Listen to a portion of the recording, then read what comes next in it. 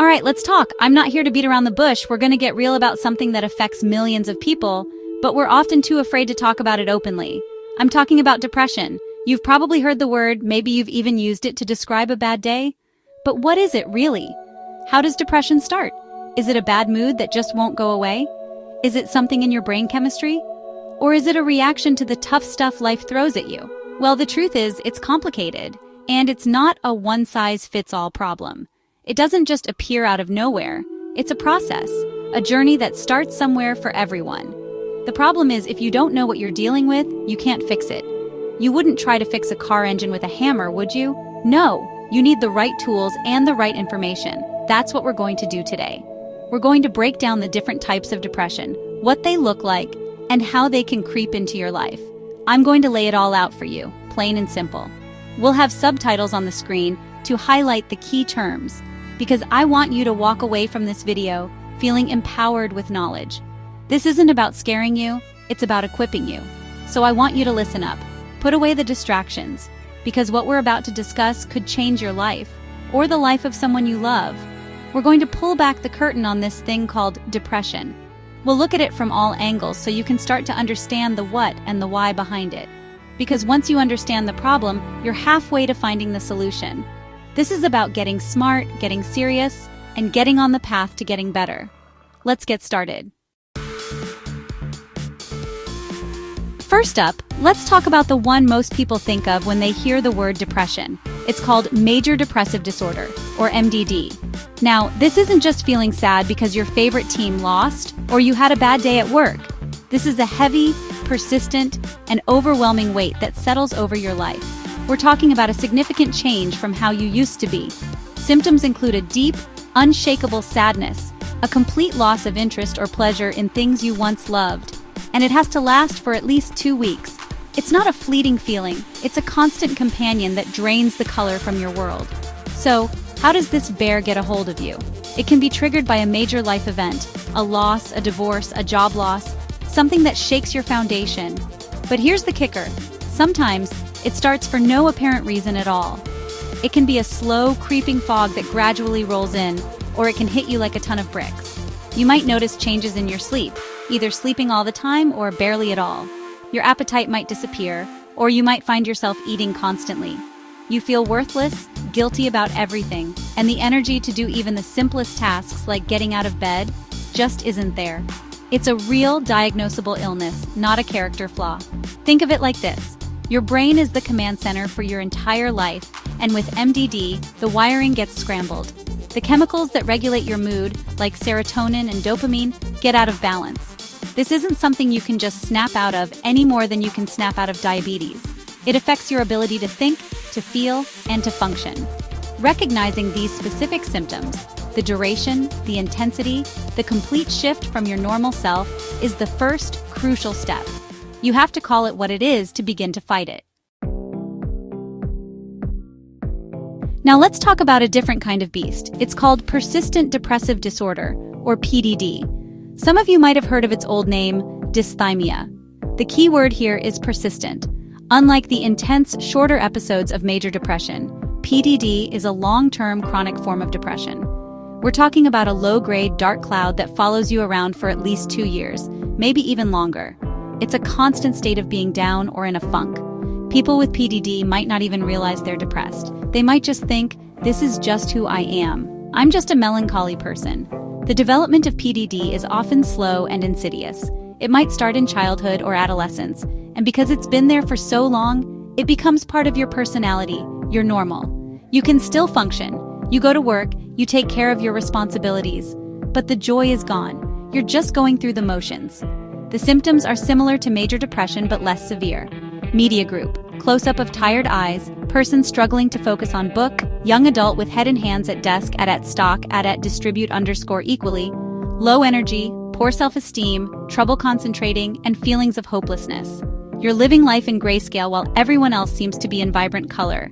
It's an exhausting way to live, carrying that low-level sadness day in and day out. Because it's so chronic, people with PDD are at a high risk of eventually experiencing an episode of major depression on top of their existing condition. We call this double depression, and it's a real crisis. Imagine living under that long shadow for years, and then suddenly, a massive storm rolls in. That's what it's like. It's critically important to recognize PDD because living in a state of constant, low-level misery is not living. It's just existing, and you deserve more than that. You deserve to feel joy, to have energy, and to see the world in full color again. All right, let's shift gears because this next one is fundamentally different. We're talking about bipolar disorder. Now you'll notice the word bipolar means two poles, two extremes. That's the heart of this condition.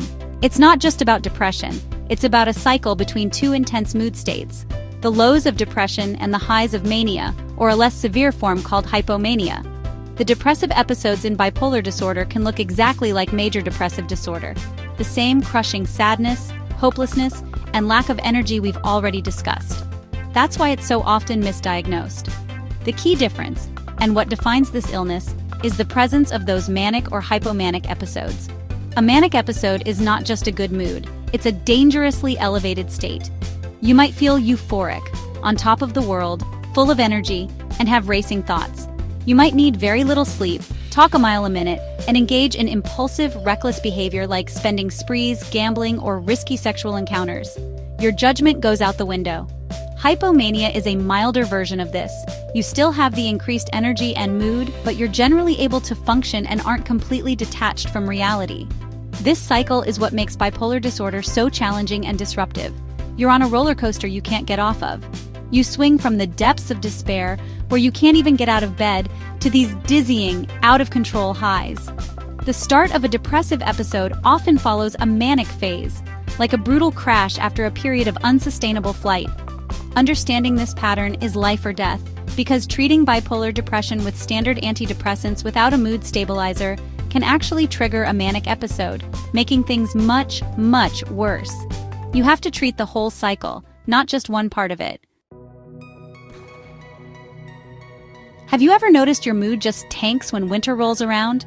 You feel sluggish, sad, and all you want to do is hibernate? Well, you're not just imagining it. This could be a specific type of depression called seasonal affective disorder, or SAD. It's a real recognized condition where your mood and energy levels shift with the seasons. For most people with SAD, the depression begins in the fall, gets worse throughout the winter, and then lifts in the spring and summer. It's a predictable pattern year after year. So how does a change in season trigger a full-blown depression? It's all about light. Scientists believe that the reduced level of sunlight in the fall and winter can disrupt your internal body clock or your circadian rhythm. This can lead to a drop in serotonin, that brain chemical that affects your mood. At the same time, the darkness can trigger an overproduction of melatonin, a hormone that regulates sleep and can make you feel drowsy and lethargic. It's a 1-2 punch to your system that's directly tied to the environment around you. The symptoms of winter pattern SAD are often a little different. Instead of losing your appetite, you might crave carbohydrates and gain weight. Instead of insomnia, you might oversleep and still feel tired. You feel that classic depression sadness, but it's coupled with a heavy, leaden feeling in your arms and legs. It's easy to dismiss this as just the winter blues, but for people with SAD, it's a debilitating condition that impacts their work, their relationships, and their quality of life every single year. Recognizing the pattern is everything because it means the solution might be as simple yet powerful as light therapy. Bringing a new life into the world is supposed to be one of the happiest times in a person's life. But for many new mothers, it's a time of intense darkness and despair. We need to be very clear about this. Postpartum depression, or PPD, is not the baby blues. The baby blues are common, mild mood swings, crying spells, and anxiety that last for a week or two after delivery. PPD is much more severe and lasts much longer. It's a form of major depression that can interfere with a mother's ability to care for herself and her new baby. So, what causes this? It's a perfect storm of biological and emotional factors. After childbirth, there's a massive dramatic drop in hormones like estrogen and progesterone. This hormonal crash can trigger chemical changes in the brain that lead to depression. On top of that, you're dealing with sleep deprivation like you've never known. You're overwhelmed with the responsibility of a new baby, you may feel isolated, and you might be anxious about your ability to be a good mother. It's an immense amount of physical and emotional stress all at once, creating a fertile ground for depression to take root. The symptoms are severe. We're talking about intense anger, severe mood swings, overwhelming fatigue, and a profound sense of hopelessness. A mother with PPD may have trouble bonding with her baby, withdraw from her partner and friends, and have frightening thoughts about harming herself or her child. There is so much shame and guilt associated with this, and mothers are often afraid to admit how they're feeling.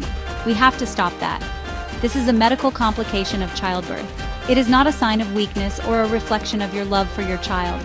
Getting help is the most loving thing you can do for yourself and your family. We've covered a lot of ground today. We've talked about the heavy weight of major depression, the long shadow of persistent depression, the vicious cycle of bipolar disorder, the seasonal darkness of SAD, and the overwhelming storm of postpartum depression. The most important thing I want you to take away from this is that depression is not just one thing. It wears many different masks, and it starts in many different ways. Recognizing the specific shape and pattern of what you or someone you love is going through is the first and most powerful step toward taking your life back. You cannot fight an enemy you do not understand. If anything we've talked about today sounds familiar, if it hits a little too close to home, I need you to hear me now. You are not alone, and this is not your fault. This is not a character flaw or a sign of weakness. It is a medical condition, full stop. Reaching out for help is not a sign of failure. It is the ultimate sign of strength. It's you saying, I deserve to feel better, and I'm going to take the steps to make that happen. Talk to a doctor, a therapist, a psychiatrist. There are people who have dedicated their lives to helping you navigate this. Don't suffer in silence. Don't let shame or fear keep you trapped in the dark. Your life is too valuable for that. The knowledge you've gained today is your power. Now, you have to use it. Make the call. Start the conversation. Take that first step. It might be the hardest step you ever take, but I promise you, it leads to a path of healing and hope. You can get through this, and you deserve a life filled with joy and color. It's time to get to work.